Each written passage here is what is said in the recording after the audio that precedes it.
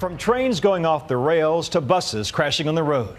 Tonight, we're investigating a common cause of accidents. It has to do with sleep. But we're not just talking about tired drivers. The problem could be helped with a proper diagnosis. So why is there still accident after accident? Here's ABC's Gio Benitez for our series, Nightline Investigates. Every day, millions of passengers put their lives in these people's hands. But what happens when they fall asleep at the wheel? Watch this actual video shot on trains, trucks, buses, even school buses. And the aftermath can be devastating. Some of these accidents, like this one today, may have been caused by simple fatigue, but others caused by a medical condition that it turns out is easily diagnosed and treated, called sleep apnea. Sleep apnea causes the windpipe to constrict during sleep, waking you up temporarily and preventing deep sleep. Older people and overweight people are at higher risk. We are concerned because that means there are people out there that have sleep apnea, unidentified, that are operating a vehicle in all modes of transportation.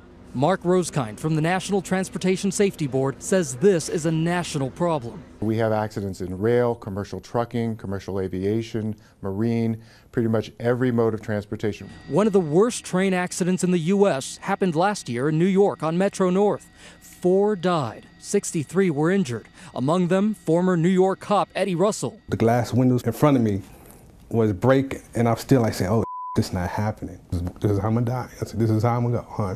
That's how I said to myself. The cause of the accident? The Metro North accident is interesting because we now have factual information that the engineer in that accident had sleep apnea. So with accidents being caused by a condition that is easily diagnosed and treated, why aren't our nation's train operators, bus drivers, pilots, and truckers being tested? I think safety is more important than anything. If they don't rectify the situations, it could happen again. In some cases, they are. Some companies, like Prime, a trucking company, are stepping up to the plate. Prime has its own sleep lab to screen its drivers. But so far, there are no nationwide rules from the FMCSA, which regulates trucks and commercial buses, to require this. One of the biggest problems with that is many of those people don't know they've got it. We decided to go find one of these drivers. This one, seen here, falling asleep in her school bus full of kids. I felt like there was my babies, you know, precious cargo.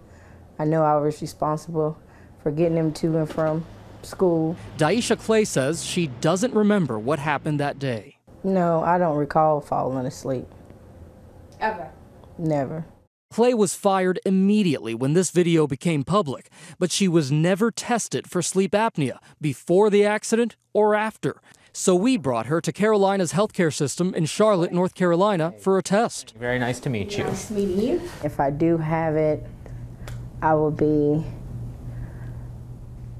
a mixed feeling. I'll be happy to know, because then I know what to expect and what I need to do. And then also confused with, like, if I would have known before, I don't think I would be in this situation.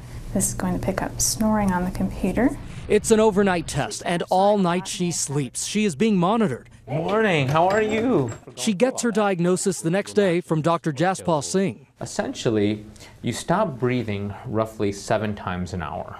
That's actually at least mild sleep apnea. I'd like you to try a therapy. And we have a machine called a CPAP. To think about the people who don't know they have sleep apnea, it's scary, because honestly, some people do not know. For example, like me, I did not know. I didn't have no clue. In my opinion, I feel like there should be a wide testing when it comes to transportation. But the NTSB says that their recommendations for national testing of train operators, school bus drivers, pilots, and truckers are not being acted on fast enough. When the NTSB investigates, we try to make recommendations so that horrible crashes don't happen again. And so we're going to tell agencies, you have to address sleep apnea. We asked the Department of Transportation to do an interview, but they declined, giving us a statement saying, DOT is committed to ensuring that all train operators, truck drivers, and pilots are fit for the job and receive the treatment they need to combat sleep apnea. But remember, there are no nationwide rules to require drivers of trains, trucks, or buses to be tested, even if they are high risk. Critics say these rules are taking way too long to develop.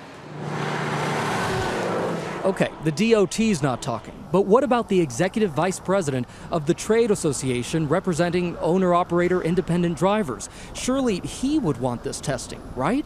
I think the NTSB is just saying this is what caused the accident. I think that's junk science.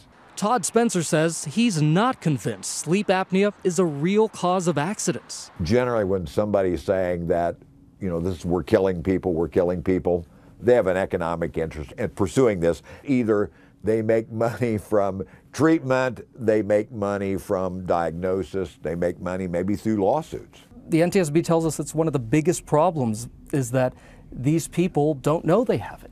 We've not seen the impact in safety and health that they talk about. Do we see it play out in terms of impacting highway safety? No, we don't. And Spencer, like many of the players in this battle, worries about the cost. Just the cost of doing that test is over $2,600. So it's a pretty big piece of change. But Rosekind says there are alternatives to hospital tests. There's testing that can be done at home and literally at a few $100s. And it's not like medical testing is the only solution. There is new technology that could help keep the public safe, if only it were installed on buses, trains, and trucks. So what we're going to do is demonstrate city safety. It's a low-speed autonomous braking system. Drive straight towards the vehicle, no brakes. I went to see some of these devices firsthand, already available on many higher-end cars. Okay, here we go. Devices that can brake to avoid a collision. I'm trusting it. No brakes, no brakes. No brakes. Wow. And alert a driver who starts to nod off. If you are falling asleep, the idea is that that driver alert system will just sort of light up and you'll hear a sound. Here we go. Driver alert. Time for a break. Technology will never stop crisis from happening. Spencer of that Independent Trucking Association may be dubious, but the NTSB says these high-tech solutions, some of which are just beginning to be available as optional extras on trucks in the U.S., hold promise. We specifically have looked at some things in rail and trucking and have made recommendations to find innovative technologies that could make a difference in alerting a driver to their fatigue state. The Department of Transportation says one of its agencies, the FMCSA, has begun research that could one day lead to sleep apnea regulation under a law President Obama signed just last year. Meanwhile, accidents like this continue to happen. There should be some type of test, so nothing like this ever happen again. For Nightline, I'm Gio Benitez in New York.